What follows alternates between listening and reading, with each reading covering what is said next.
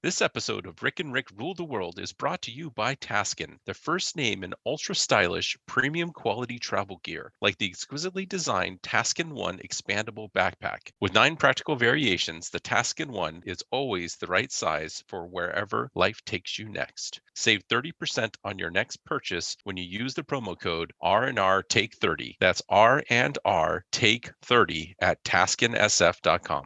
Next up on an all-new Rick and Rick.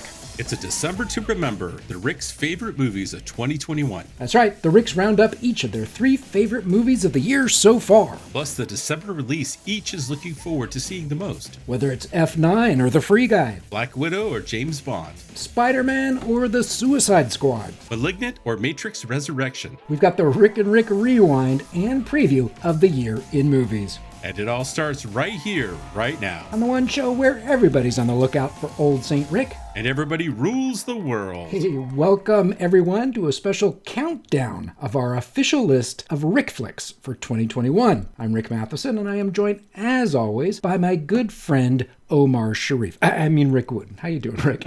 I'm fantastic. Happy holidays. Oh yeah, happy holidays. You know, it's definitely in full swing now. I think on one of the previous shows, we were joking about how pretty much the day after Halloween, all of a sudden the Christmas stuff went up. But, you know, we're recording this here on the 5th of December. So we're only, 3 weeks away. So it's in full swing, and I'm seeing the malls packed. It's almost like COVID never happened. It's kind of surprising. Yeah, I'm just waiting for my kid's cyber quad to get here.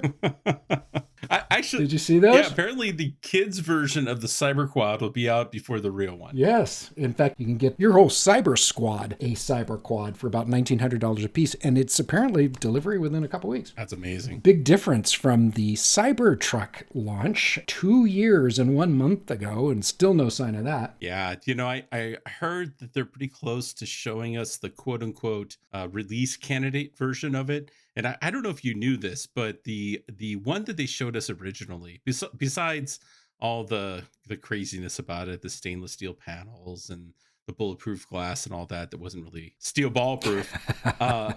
Beyond all that, it was basically 15% too big. Meaning that, it was too big for garages. It was too big for roads. It was too big for everything. And so the next version that we're supposed to see, they had to shrink the whole thing 15%. So they got to put it in the dryer and leave it on just a little bit longer. Wow, that's crazy. I hadn't heard that. The one thing I did hear is at the time we joked about how it didn't have any rear view mirrors. And apparently the rear view mirrors, they're required to come with the truck, but they're removable just in case you want that Cybertruck sleek look while you're driving. Oh, interesting. Yeah, so interesting. Anyway, in this special spoilerific episode, just fair warning, of Rick and Rick Rule the World, we're counting down each of our top 3 movies of the year so far, plus the one December release we're looking forward to most. Now, as Rick mentioned, we're recording this episode in early December, and many of what would be in the before times big tentpole films have still yet to come out this year, a couple big ones. So we are going to hit rewind first on the movies that we have seen and our rankings thereof. So let's kick things off with number 3. Go for it, Rick.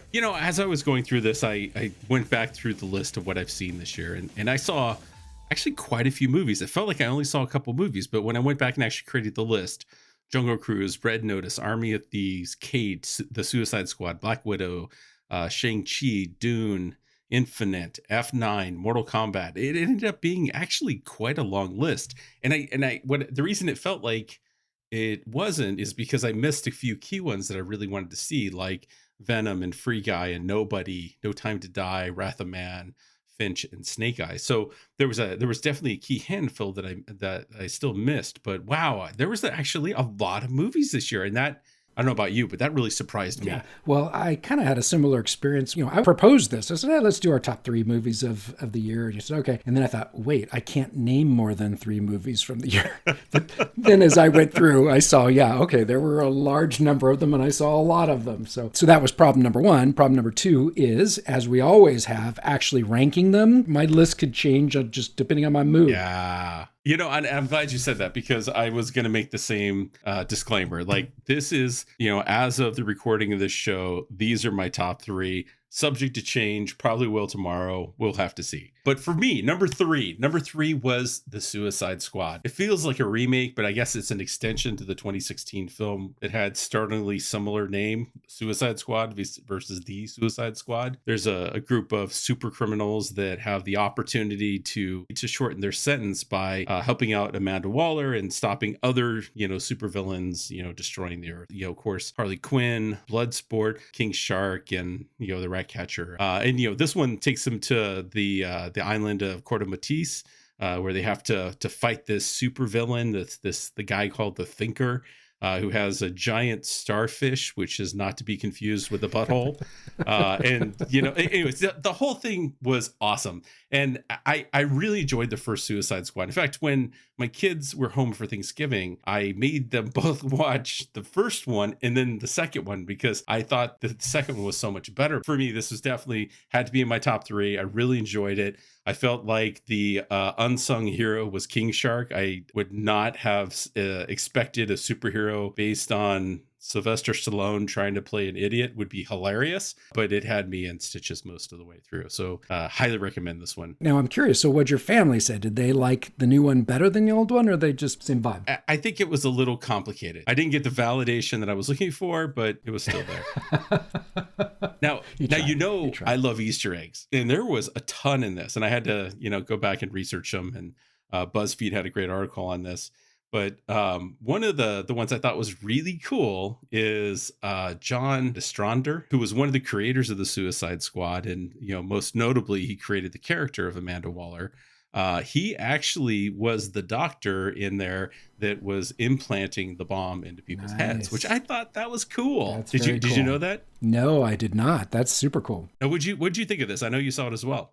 Yeah, I can barely remember the first one. This one I really enjoyed quite a bit. King Shark was definitely an unexpected highlight of the movie. I mean, he stole every scene he was in. John Cena's Peacemaker and Idris Elba. Oh, he's awesome. A lot of people, I guess, have lobbied for him to be the next James Bond. And someone found a Man on the Street interviews with people who've just seen a movie and they're saying how much they love it. Well, he's in one of James Bond back in the early 90s. Oh, cool. But anyway, as a DC Comics geek growing up, I loved to see Starro. That was the first live action version of that villain. And the humor, the action, everything was just fantastic. In fact, it almost made my top three. Yeah. What else really worked with that movie too is it opened a lot like a big budget version of The Boys. I mean, it had that kind of vibe. Yeah. But they somehow made you give a damn about the characters as they went through this. Yeah. They did just a really good job of humanizing these really nutty characters.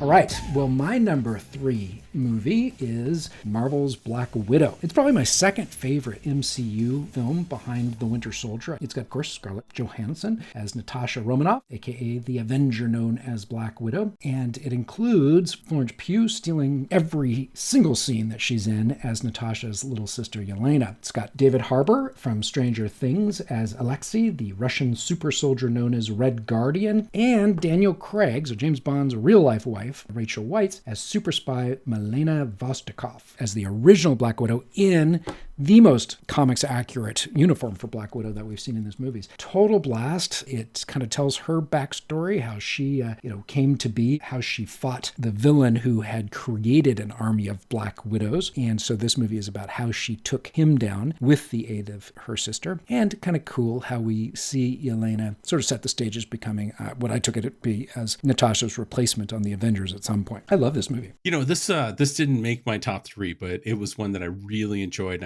I waffled back and forth. It was definitely my number four. But this movie was a lot of fun. I really enjoyed how they put it together. I enjoyed, because this is a character we've seen a number of times in the different MCU stories, and so like for them to finally get around to actually make it, a focused, movie was amazing. Yeah. My understanding is Yelena is in the Disney Plus series Hawkeye.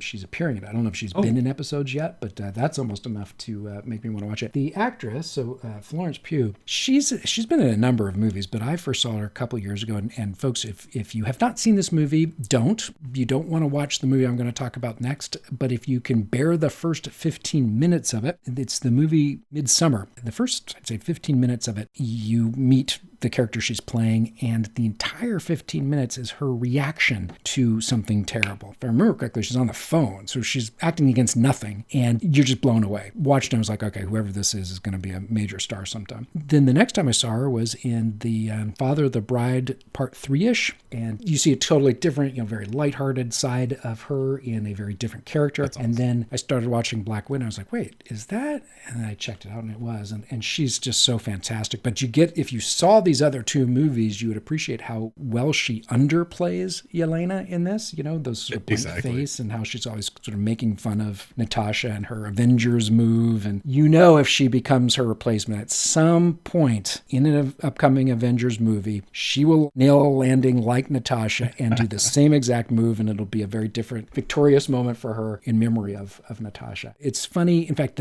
the scene where they're all in Russia, they've gotten David Harbour's character out of prison and made their way to Rachel Weisz's character's home in Russia, where she's using Neuralinks on pigs to control them. And they have a family dinner, but they never were actually family members. And yet it was one of the most real family dinner scenes in a movie that I've ever seen before, because they knew that they all played characters, but it meant something to Yelena, and it meant something to all of them. And in a way, they were a family, even though they were posing as a family, as spies. And then the climax, it was, I don't know, there's probably more than one single point of failure in this. They were once again bringing down a flying fortress in a Marvel movie, but I don't know, this one just worked for me on a lot of different levels. I thought it was well directed, great pacing, great writing, great acting, everything. I just loved it.